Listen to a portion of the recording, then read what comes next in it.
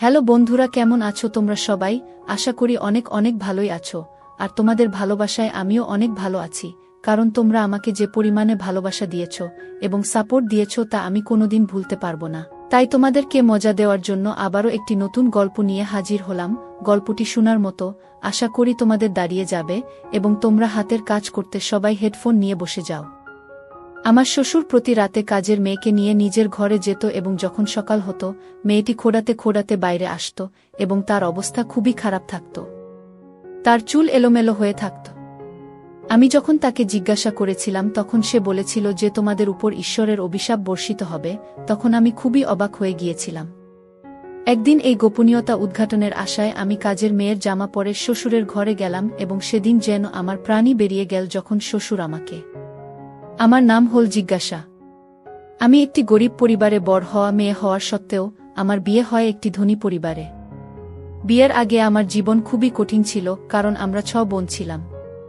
আমাদের কোনো ভাই ছিল না। আমাদের মা বাবাও এই পৃথিবীতে ছিলেন না। আমরা বোনেরা যেমন তেমন করেই আমাদের জীবনের দিনগুলো অতিবাহিত করতাম। আমার সাথে যে ছেলের বিয়ে হয়েছিল তাকে তো আমি চিনতাম না। ছেলেটি আমার বড় দিদির শ্বশুরবাড়ির তরফের। ছেলেটির মা ছিল না। তার বোনই আমাকে নিজের ভাইদের জন্য পছন্দ করেছিল এবং এইভাবেই আমার বিয়ে হয়েছিল। আমার থেকে ছোট 3 বোন ছিল এবং তারা প্রত্যেকেই কোনো না কোনো বিষয়ে দক্ষ ছিল। এই জন্য বোনেরা কোনো না কোনো কাজ করে নিজেদের জীবিকা নির্বাহ করেই নিত। আমার দিদি নিজেরই ঘর থেকে আমার বিয়ে দিয়েছিল, আর এই জন্যই আমার বিদায়ের পর সে শ্বশুরবাড়ি চলে গেছিল। আমার শ্বশুরবাড়িতে কোনো কিছুরই অভাব ছিল না। একদিন আমি আমার শ্বশুরের ঘরে গেছিলাম তার শরীরের অবস্থা দেখার জন্যে, তো ওনাকে আমার সামনে দাঁড়িয়ে থাকতে দেখে আমি অবাক হয়ে গেছিলাম। ওনাকে দেখে খুব নিষ্ঠুর মানুষ মনে হচ্ছিল এবং আমি ভয় পেয়ে যত পিছনের দিকে চলে আসছিলাম তত যেন আমার ভয়ে প্রাণ বেরিয়ে যাচ্ছিল। যত ওই মানুষটা আমার দিকে এগিয়ে আসছিল তত আমার স্বামীর বলা কথাগুলো আমার কানে প্রতিধ্বনিত হচ্ছিল। আমার স্বামী আমাকে বারবার বুঝিয়েছিল যে তার বাবার কাছে যেন আমি কখনো না যাই, বাবার ঘরে যেন আমি কখনো না প্রবেশ করি, সম্ভব হলে তার বাবার থেকে সবসময় যেন দূরত্ব বজায় রাখি। এখন আমার স্বামীর বলা সব কথাগুলো আমি বুঝতে পারছিলাম যে কেন উনি আমাকে তার বাবার কাছে যেতে বারণ করেছিলেন।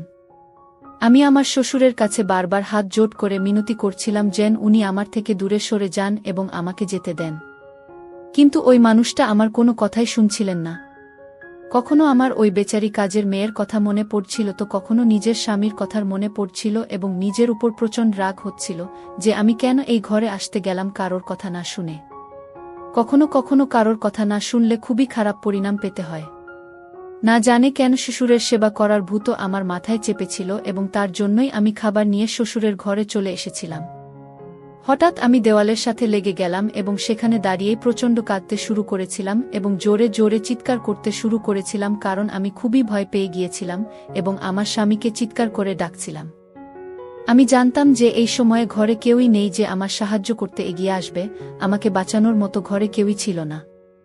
হঠাৎই আমার শ্বশুর আমার খুবই কাছে চলে এলেন এবং তারপরে যা হলো সেটা বলা আমার জন্য খুবই মুশকিল, কারণ আমার সাথে যা হয়েছিল তা খুবই ভয়ানক ছিল। আমার অ্যারেঞ্জ ম্যারেজ হয়েছিল এবং আমার বিদায়ের পর আমি শ্বশুর বাড়িতে চলে এসেছিলাম। বিয়ের প্রথম রাতে আমার স্বামীর সাথে আমার খুবই ভালো কেটেছিল, দ্বিতীয় দিনও ভালো কেটেছিল এবং তৃতীয় দিনও কেটে গেছিল। আমি দেখেছিলাম যে সকাল হতেই কাজের মেয়ে এসে আমাদের বিয়ের 2 দিন পর্যন্ত প্রচুর কাজ করে দিয়েছিল, কিন্তু আজ জানি না সে কেন আসেনি এবং কোথায় চলে গেছিল তাও জানি না। আমি যখন আমার স্বামীকে জিজ্ঞেস করেছিলাম তখন উনি খুবই ভয় পেয়ে গেছিলেন। আমি বলেছিলাম যে আজকে কাজের মেয়ে আসেনি, আমি নিজেই খাবার বানিয়ে নেব এবং বাবাকেও তার ঘরে খাবার দিয়ে আসব। আমার স্বামী একথা শুনে বলেছিলেন যে ওনার ঘরে তোমার যাওয়ার কোনো প্রয়োজন নেই, আমাকে খাবার দিয়ে দিও, আমি নিয়ে চলে যাব। আমার স্বামী এটা বলেই আমার হাত থেকে খাবারের ট্রে নিয়ে সেখান থেকে চলে যায়। আমার মনে হয়েছিল হয়তো উনি এমন করছেন কারণ আমি এই বাড়ির নতুন বউ এবং নতুন বউয়ের এত কাজ করা ভালো দেখায় না। আমি এখানকার কাউকে চিনতামও না, আশেপাশের সমস্ত লোক আমার জন্য অচেনা ছিল। বাড়িতে কেবল আমার স্বামী এবং শ্বশুর থাকতেন। কিন্তু আমি দেখেছিলাম যে আমার স্বামী তার বাবার সাথে খুব বেশি কথা বলত না। আমার শ্বশুর অসুস্থ বারণ করতেন। আমি একবার অথবা দুবারই ওনাকে দেখেছিলাম যখন উনি ঘুমাচ্ছিলেন। অনেকদিন আমার স্বামী কাজ করতে যাচ্ছিলেন না। তাই আমি ওনাকে জিজ্ঞেস করেছিলাম যে এখন তো আমাদের বিয়ের অনেক দিন পেরিয়ে গেছে, কিন্তু এখনও আপনি কাজে কেন যাচ্ছেন না?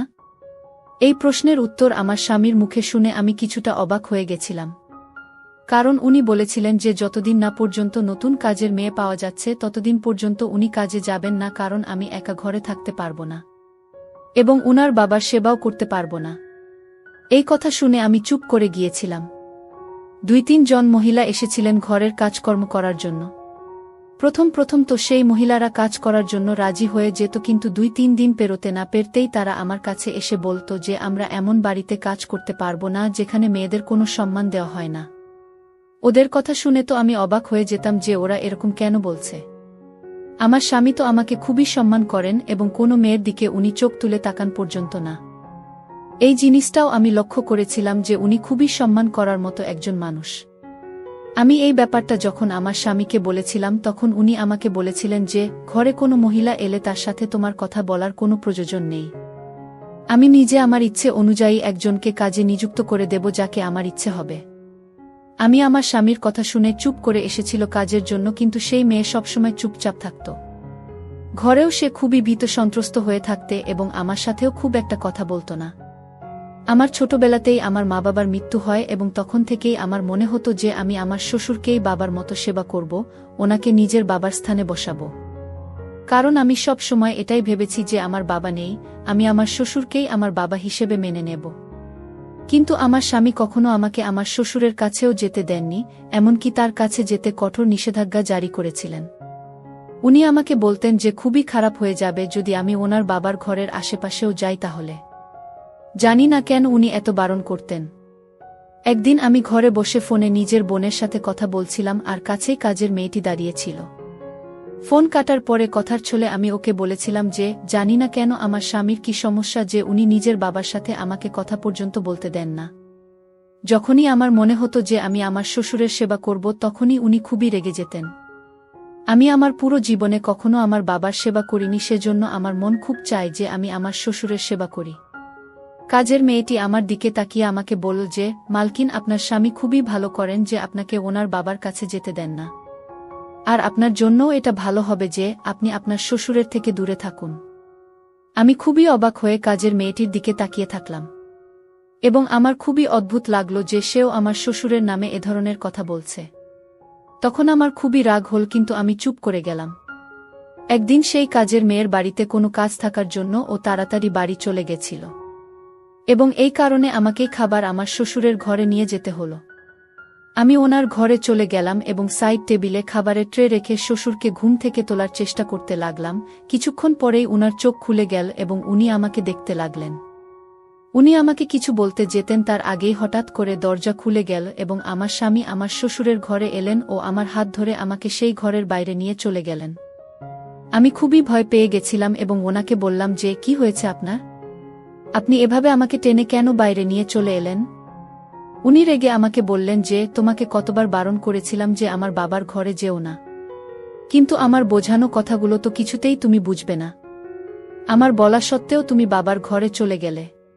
যদি কিছু হয়ে যেত তাহলে আমার থেকে খারাপ আর কেউ হতো না। আমি আমার স্বামীর কথা কিছুতেই বুঝতে পারছিলাম না যে উনি আসলে বলতে কি চাইছেন।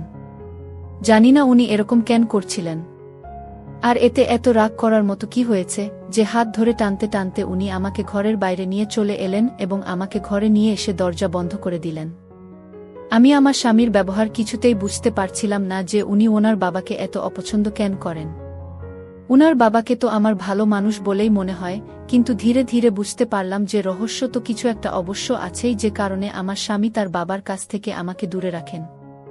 একদিন হঠাৎ আমার শরীর খুবই খারাপ হয়ে গেছিল এবং যার কারণে আমি উঠতে পর্যন্ত পারছিলাম না।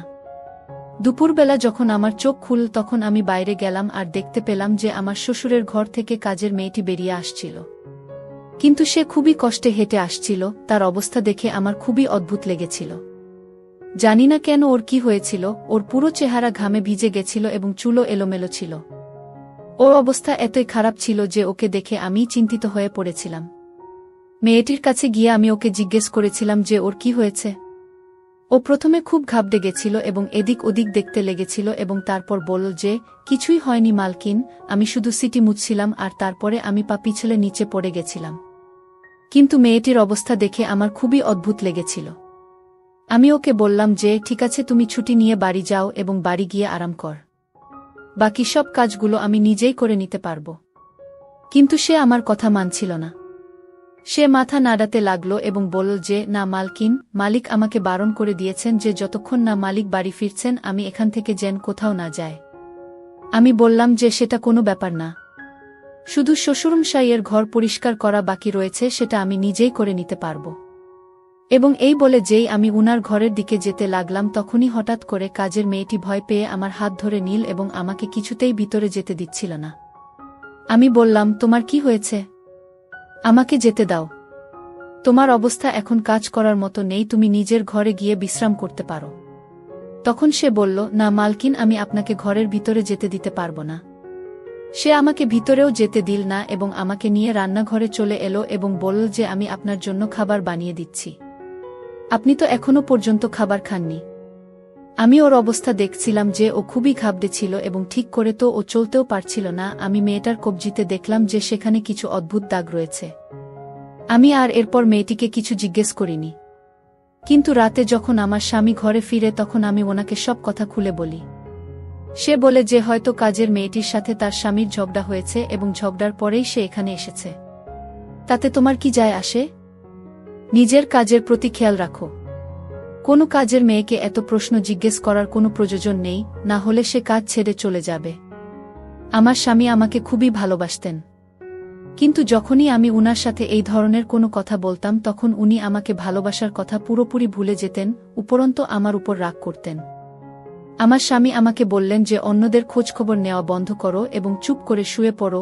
এইটা বলে তিনি নিজে শুয়ে পড়লেন। কিন্তু আমার একদমই ঘুম আসছিল না। রাতে তখন ঠিক কটা বাজে ঠিক জানি না, আমার হঠাৎ চোখ খুলে গেল এবং আমি ঘরের বাইরে বেরোলাম। হঠাৎই আমার শ্বশুরের ঘরের থেকে কারোর আওয়াজ শুনতে পেলাম। আমি এমন মনে হচ্ছিল যেন আমার শ্বশুর কাউকে বকাঝকা করছেন। আমি খুবই চিন্তিত হয়ে পড়লাম যে এত রাতে আমাদের বাড়িতে তো কেউই থাকে না। তাহলে আমার শ্বশুর এভাবে কার সাথে ঝগড়া করছেন আর কাকেই বা এত বকছেন? আমি তাড়াতাড়ি আমার স্বামীর কাছে গেলাম এবং তাকে জাগানোর চেষ্টা করলাম। আমি ওনাকে ঝাঁকানি দিয়ে জাগিয়ে তুললাম, তো উনি খুবই রেগে গিয়ে আমাকে বললেন যে কি হয়েছে তোমার? এত রাতে এভাবে চিৎকার করছো কেন? আমি ওনাকে বললাম যে জানি না বাবার কি হয়ে গেছে, উনি কারো সাথে ঝগড়া করছেন। যান আপনি দেখে আসুন যে ঘরে কে আছে। আমার স্বামী তখন খুবই ভয় পেয়ে গেলেন এবং আমাকে বললেন যে তুমি এখন শুয়ে পড়ো, নিশ্চয়ই তোমার কোনো ভুল ধারণা হয়েছে। আমার স্বামী কিছুতেই ঘরের বাইরে গেলেন না এবং আমাকে বারবার বলছিলেন যে তুমি শুয়ে পড়ো, কোনো ধরনের আওয়াজে আসছে না। কিন্তু আমি পরিষ্কার আমার শ্বশুরের গলার আওয়াজ শুনতে পাচ্ছিলাম। আমি খুবই চিন্তিত হয়ে পড়লাম এবং আমার স্বামীকে রাগের সাথে বললাম, আপনার তো নিজের বাবার জন্য কোনো চিন্তাই হয় না। আমি আপনাকে কতক্ষণ ধরে বলছি যে আপনার বাবা কারো সাথে ঝগড়া করছেন, কিন্তু আপনার কানে তো কোনো আওয়াজই আসছে না। আমি নিজেই গিয়ে দেখছি এবার।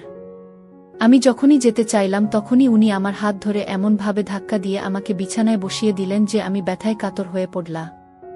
উনি আমাকে বললেন যে এখানেই শান্তি সহকারে বসে যাও, তোমার কোথাও যাওয়ার কোনো প্রয়োজন নেই। আমি নিজেই গিয়ে দেখে আসছি।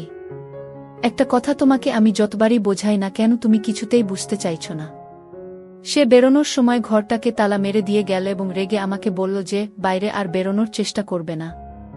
আমি চুপচাপ গিয়ে নিজের বিছানায় শুয়ে পড়লাম, কিন্তু আমার বারবার নিজের শ্বশুরের কথায় মাথায় আসছিল।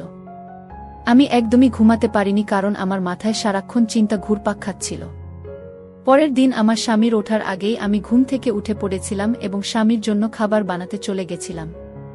আমি রান্নাঘরে দাঁড়িয়েছিলাম এবং উনার জন্য খাবার বানাচ্ছিলাম, কিন্তু ততক্ষণে ও কাজের মেয়েটি আমাদের বাড়িতে আসেনি। আমি অস্থির হয়ে পড়েছিলাম কারণ আমার শ্বশুরের খাবারের সময়ও হয়ে গেছিল, আর আজ তো কাজের মেয়েটি খুবই দেরি করছে আসতে। আমার শ্বশুরকে তো খাবারের পরে ওষুধও খেতে হয়। তখন আমার স্বামী উঠে এলেন, তখন আমি ওনাকে এটা বলায় উনি বললেন যে ওষুধ দেওয়ার কোনো প্রয়োজন নেই। যখন কাজের মেয়েটি এসে যাবে নিজেই সে খাবার আর ওষুধ দিয়ে দেবে। আমি ওনাকে বললাম যে আপনার কি হয়েছে? আপনি নিজে তো না ওই ঘরে যাচ্ছেন জন্য আর না তো আমাকে যেতে দিচ্ছেন, এটা খুবই খারাপ করছেন আপনি। আমি স্বামীকে বোঝানোর চেষ্টা করছিলাম, তো উনি রেগে আমার দিকে তাকালেন এবং বললেন ওনার জন্য চিন্তা করার কোনো প্রয়োজন নেই। উনি আমার বাবা, আর আমি যখন ওনার জন্য কোনো চিন্তা করি না তখন তোমাকেও ওনার জন্য কোনো চিন্তা করতে হবে না। এরপর আমার স্বামী রেগে গিয়ে খাবার না খেয়ে অফিসের জন্য বেরিয়ে পড়লেন। আমি অনেকবার ভেবেছিলাম যে নিজেই গিয়ে শিশুরের জন্য ওষুধ আর খাবার দিয়ে আসব, কিন্তু তারপরে আমি চুপ করে গেলাম। কাজের মেয়েটি খুব দেরিতে বাড়ি এসেছিল, ওর শরীর খুবই খারাপ দেখাচ্ছিল। আমি ওকে বললাম যে তোমার যদি শরীর ঠিক না থাকে তাহলে তুমি আজকে ছুটি নিয়ে নিতে পারতে, তোমার আসার কোনো প্রয়োজনই ছিল না। তখন সে বলল, না মালকিন, আমি চাই না যে আমার সাথে যা যা হয়েছে সেটা আপনার সাথেও হোক। আপনার শ্বশুর আপনার সাথে কিছু খারাপ কাজ করুক অথবা আপনাকে ওনার ঘরে গিয়ে ওনার সেবা করতে হোক। আমি আশ্চর্য হয়ে কাজের মেয়েটির দিকে তাকিয়েছিলাম, জিজ্ঞেস করলাম যে তুমি বলতেটা কি চাইছ? কি হয়েছে তোমার সাথে? তোমার এই কথার মানেটা কি? কিন্তু সে আমাকে কিছুই বলতে রাজি হচ্ছিল না, শুধু এটাই বলল যে এই কথাটাকে এখানেই শেষ করে দিন মালকিন। নিজের খেয়াল রাখুন এবং এই বাড়িটাকেও দেখে শুনে রাখুন। আমি তো ভাবতেও পারি না যে আপনি কিভাবে এই বাড়িতে থাকেন। আমার কোনো উপায় না থাকায় এবং আমার সন্তানদের জন্য আমি এখানে কাজ করতে আসি, না হলে এখানে তো কোনো মহিলাই কাজ করতে চাইবে না। আমি জানি না আপনি এতদিন কিভাবে বেঁচে রয়েছেন। এরপরে মেয়েটি খাবারের ট্রে নিয়ে আমার শ্বশুরের ঘরের দিকে চলে যায়। এরপরে আমি চুপচাপ নিজের কাজে ব্যস্ত হয়ে পড়ি এবং রান্নাঘরের সব কাজ শেষ করে হোলঘরে এসে বসে যায়। এরপর আমি দেখি যে কাজের মেয়েটি আমার শ্বশুরের ঘর থেকে খোঁড়াতে খোঁড়াতে বেরিয়ে আসছে এবং এটা দেখে আমি খুবই আশ্চর্য হয়ে যাই। আজকে ওর অবস্থা আরও খারাপ ছিল। আমি খুবই চিন্তিত হয়ে কাজের মেয়েটিকে দেখছিলাম, হঠাৎই ও পড়ে যেতে যেতে বাঁচল। আমি ওকে গিয়ে সামলে নিলাম এবং জিজ্ঞেস করলাম, তোমার কি হয়েছে? আমি ওর চোখ থেকে গড়িয়ে পড়া জল দেখছিলাম এবং এরকম মনে হচ্ছিল যেন ও খুবই কষ্টে নিজের জল আটকাচ্ছিল। এরপরে ও খুবই ভয় পেয়ে আমাকে বলল যে মালকিন, আমাকে নিজের ঘরে যেতে হবে, আমার মেয়ের শরীর ভালো নেই। এই কথা বলেই সে চলে গেল। কিন্তু আমি জানতাম কিছু তো একটা ব্যাপার আছে, এমন কিছু একটা চলছে যার কারণে ও এইভাবে চলে গেল। এরপর আমি ঘরে চলে এলাম, কিন্তু হঠাৎ করে আমি বাইরে থেকে অদ্ভুত কিছু আওয়াজ শুনতে পেলাম। আমি যখন ঘরের বাইরে বেরোলাম তখন দেখলাম যে আমার ঘরের বাইরে আগুন জ্বলছিল এবং যেন কোনো একটা জিনিস পুড়ে যাচ্ছিল। আমি তাড়াতাড়ি বাইরের দিকে দৌড়ে চলে গেলাম। আমার এরকম মনে হচ্ছিল যেন কিছু ছবির অ্যালবাম পুড়ে যাচ্ছে যেখানে আগুন লাগানো হয়েছে। আমি তাড়াতাড়ি ওই আগুনে জল ঢেলে দিলাম এবং আমি খুবই ভয় পেয়ে গেছিলাম। অ্যালবামে আমি কোনো মহিলার ছবি দেখতে পেলাম। আমি তাড়াতাড়ি আমার স্বামীকে ফোন করলাম এবং কিছুক্ষণের মধ্যেই উনি বাড়ি চলে এলেন এবং আমাকে দেখতে লাগলেন। আমার জন্য চিন্তা করতে করতে বললেন যে তুমি ঠিক আছো তো? আমি বললাম যে আমি ঠিক আছি, কিন্তু দেখুন জানি না কে এভাবে এই ছবিগুলোতে আগুন লাগিয়ে দিয়েছে এবং সেগুলো এখানে পড়েছিল। কাজের মেয়েটির সম্বন্ধে জিজ্ঞেস করায় আমি ওনাকে বললাম যে মেয়েটি বাড়ি চলে গেছে। আমার কথা শুনে উনি রেগে বললেন যে কাজের মেয়েটি এত তাড়াতাড়ি কেন বাড়ি চলে গেল। আমি ওকে বারবার বলেছিলাম যে যতক্ষণ না আমি বাড়ি ফিরে আসব তুমি কোথাও যাবে না। আমি দেখছিলাম যে উনি খুবই ভয় পেয়ে আছেন এবং আমাকে বারবার জিজ্ঞেস করছিলেন যে আমি ঠিক আছি কিনা। আমি বারবার ওনাকে এটাই বলছিলাম যে আমি একদম ঠিক আছি, আমার জন্য ওনার চিন্তা করার কোনো দরকার নেই, আমি একদম ঠিক আছি। আমার জন্য উনি এত কেন চিন্তা করেন এটা জিজ্ঞেস করায় উনি বলেছিলেন, কিছু মানুষ ভরসার যোগ্য হয় না, আর তাদেরকে না আমরা দূরে সরাতে পারি আর না আমরা তাদের নিজের কাছে রাখতে পারি। এ কারণেই আমার তোমার জন্য চিন্তা লেগেই থাকে। যদি তোমাকে এখান থেকে দূরে কোথাও নিয়ে যেতে পারতাম তাহলে সব থেকে ভালো হতো। উনি সেদিন খুব অসহায়ভাবে কথাগুলো বলেছিলেন। সেদিনের পর থেকে এসব কিছু যেন স্বাভাবিক হয়ে গেছিল। কোনোদিন আগুন লেগেছে তো কোনোদিন অন্য কিছু হতো। কাজের মেয়েটারও এরকমই অবস্থা ছিল। সে শিশুরের ঘর থেকে খুবই খোঁড়াতে খোঁড়াতে বেরিয়ে আসত। এরপরে একদিন তো মাত্রাতিরিক্ত হয়ে গেল যখন মেয়েটা বলল, মালকিন, ভগবান করুন আপনার শ্বশুর যেন মারা যান, তাহলে আমার জীবনে শান্তি আসবে।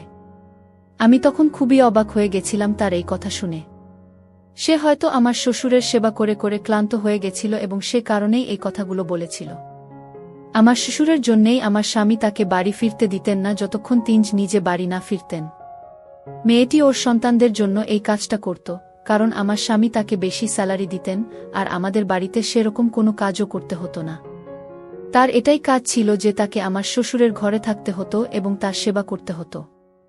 আজ মেয়েটি আমাকে আগেই বলে চলে গেছিল যে সে কাল কাজ করতে আসবে না এবং আমি যেন নিজের বন্দোবস্ত করে নিই কালকের জন্য।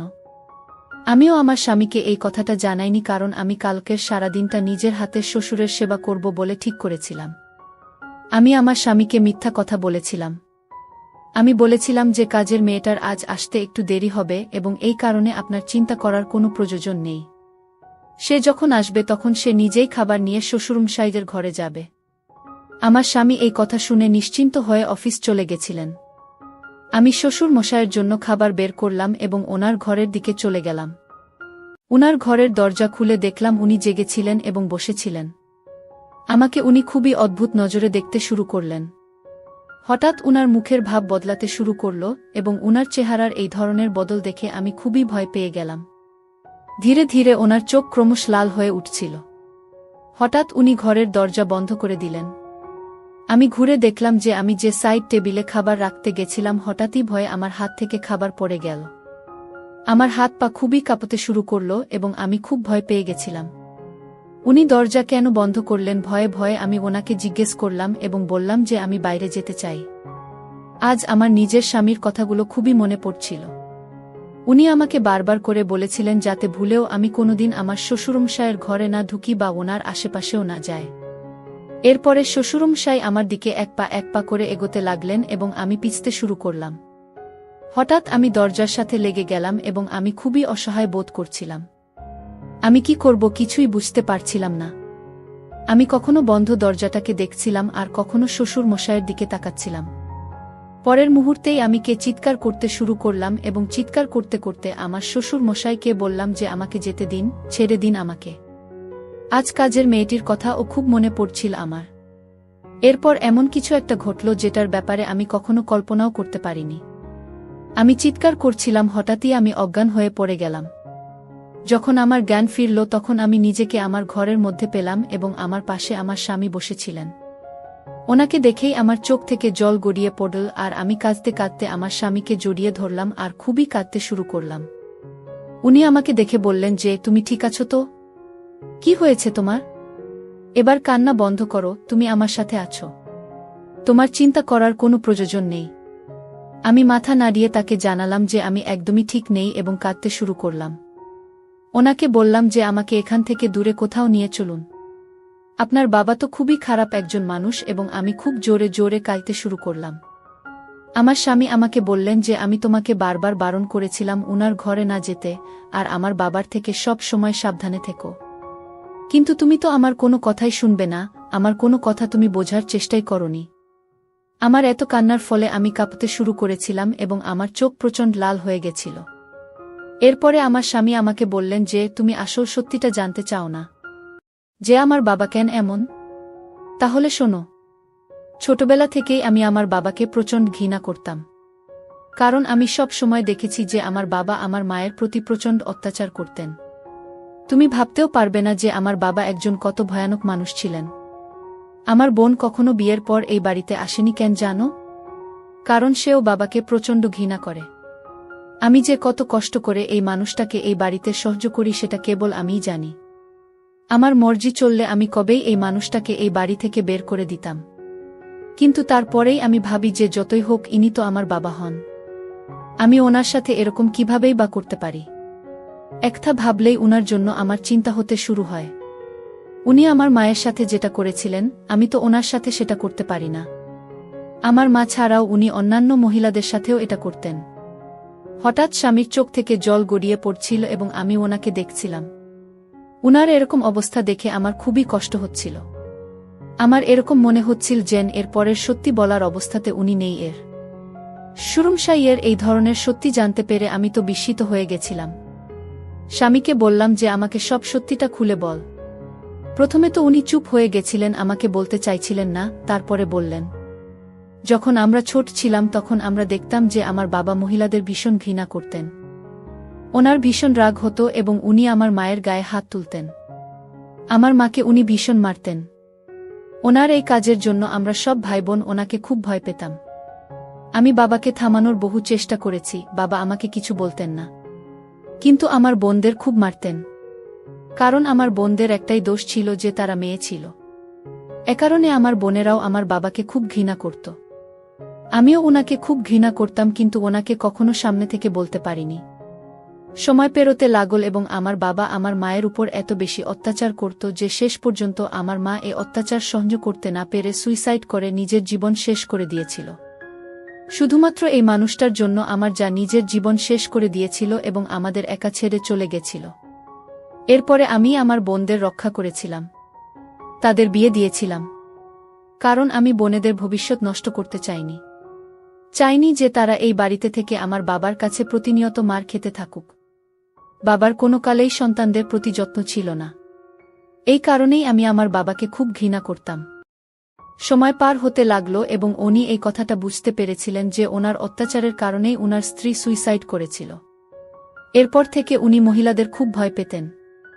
আমার মা ওনার স্বপ্নে আসত এবং ওনাকে বলত যে যা কখনই আমার বাবাকে ক্ষমা করবে না।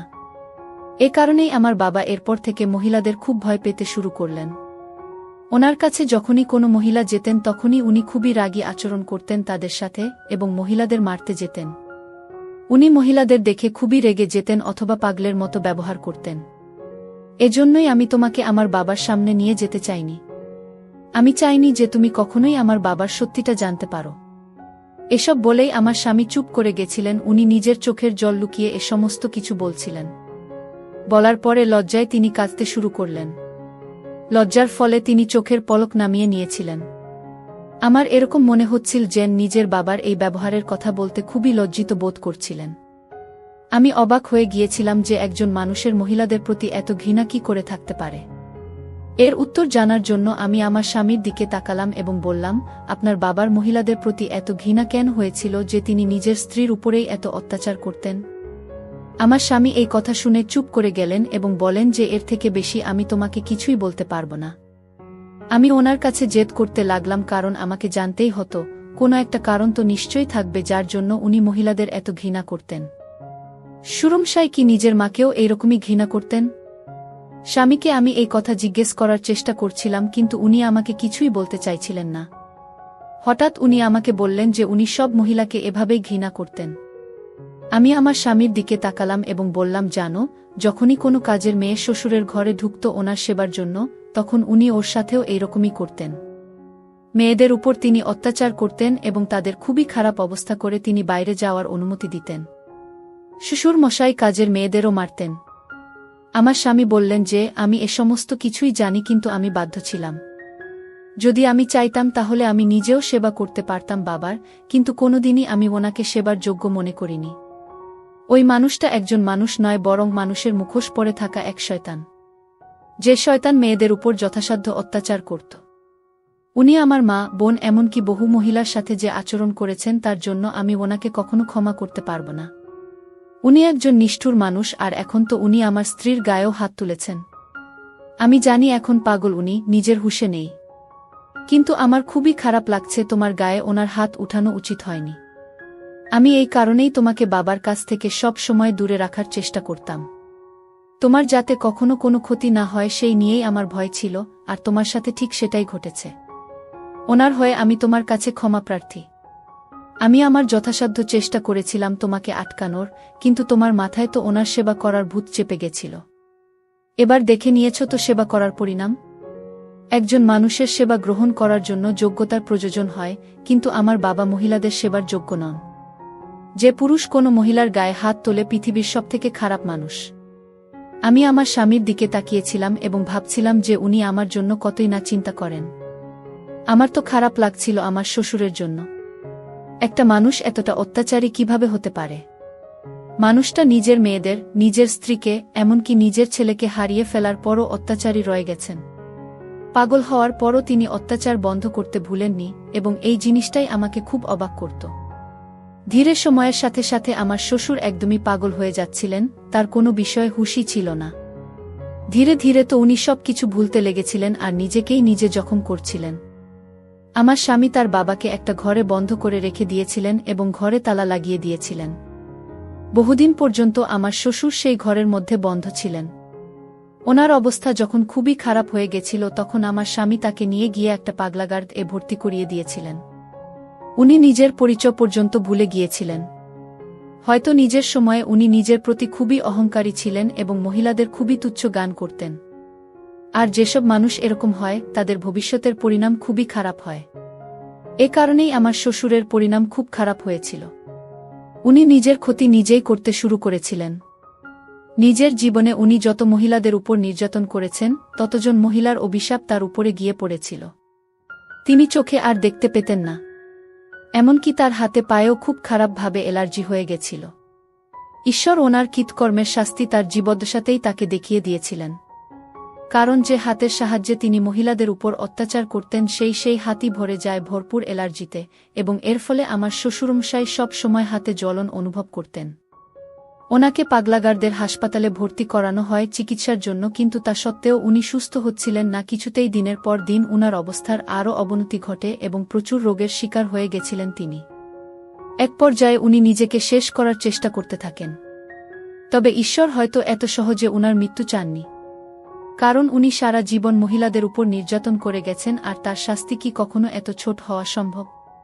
সারা জীবনের করা অপরাধের শাস্তি এত সহজে কখনই পাওয়া যায় না। আমার শ্বশুরের জীবন বৃথা হয়ে গেছিল। তিনি জীবিত ছিলেন ঠিকই, কিন্তু তিনি একজন জীবিত লাশ এ পরিণত হয়েছিলেন। আমরা আমার শ্বশুরের সুস্থ কামনার জন্য কখনোই প্রার্থনা করিনি, বরং আমরা ওনার মৃত্যু কামনা করেছিলাম ওনার কৃতকর্মের ফলস্বরূপ।